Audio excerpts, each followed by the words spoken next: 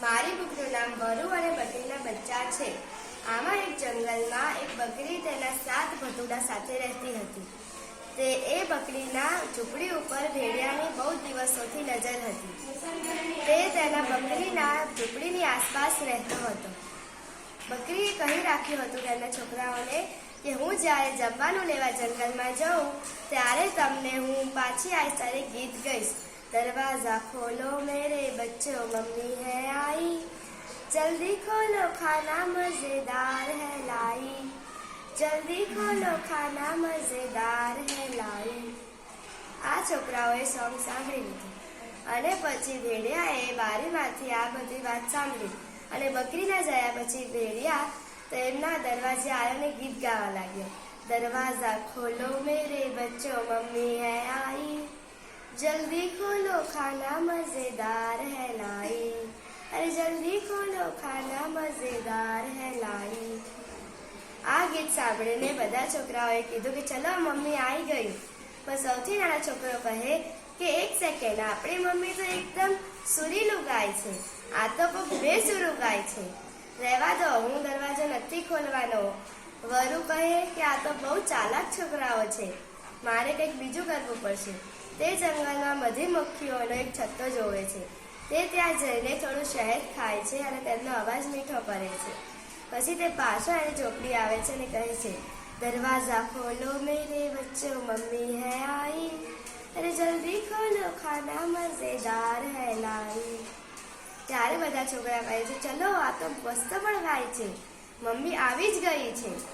ત્યારે સૌથી નાનો છોકરો કહે ઊભા રહો, મને દરવાજા નીચેથી ચેક કરવા દો।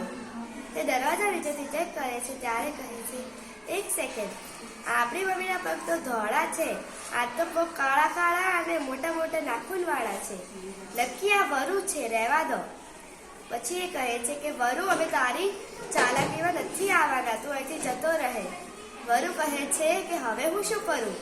પછી તે એક આટાવાળાની દુકાને જાય છે અને લોટ થોડા પગમાં નાખે છે અને તેના પગ સફેદ કરે છે।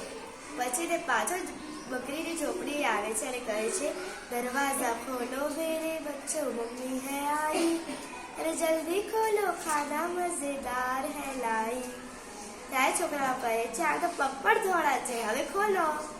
જ્યારે દરવાજો ખોલે છે ત્યારે વરુ અંદર આવી જાય છે અને બધા છોકરાઓ તેને જોઈને બી જાય છે એટલે છુપાઈ જાય છે બધા। એક છોકરો બચી જાય છે અને બીજા બધા વરુ તેની સાથે લઈ જાય છે। પછી તે વરુ તેને પોટલામાં બાંધીને બધાને લઈ જાય છે। બકરી ઘરે આવે છે અને જોવે છે ઘરની કેટલી ખરાબ હાલત કરી નાખી છે, નક્કી વરુ મારા બધા છોકરાઓને ખાઈ ગયો। ત્યાં તારું એક છોકરું બહાર નીકળીને કહે છે મમ્મી હું અહીંયા જ છું, પણ મારા બધા ભાઈ બહેનો વરુ લઈ ગયો, તેને હજી ખાધા નથી પણ તે પોટલામાં ભરીને લઈ ગયો છે। તે કે આને એટલી હિંમત કે મારા છોકરાઓને લઈ જશે, ચલો હું એને પકડીશ હવે। તો એ લોકો પછી વરુની પાછળ પાછળ જાય છે। વરુ થાકી ગયો હોય છે એટલે આરામ કરવા પોટલું મૂકીને સૂતો હોય છે। તેને એટલી ઊંઘ આવતી હોય છે કે બકરી આવી પણ તો પણ એને ખબર ના પડી। તેને પોતાના બધા છોકરાઓને જોયા, બહાર કાઢ્યા અને પછી એ પોટલામાં પથ્થર ભરી દીધા। પછી વરુને તો પણ ના ખબર પડી કે એમાં શું છે। તે કહ્યા પછી તે ઉઠીને પોટલું લઈને જવા લાગ્યો। ત્યારે તે કહે છે મારા પોટલામાં આટલો બધો ભાર ક્યાંનો થઈ ગયો? પછી તે નદી જોડે પાણી પીવા ઊભો રહે છે ત્યારે તેમનો થેલો બહુ ભારે હોવાથી તે નદીમાં ડૂબી જાય છે અને તે તરવા લાગે છે પણ તેને કોઈ બચાવવા આવતું નથી।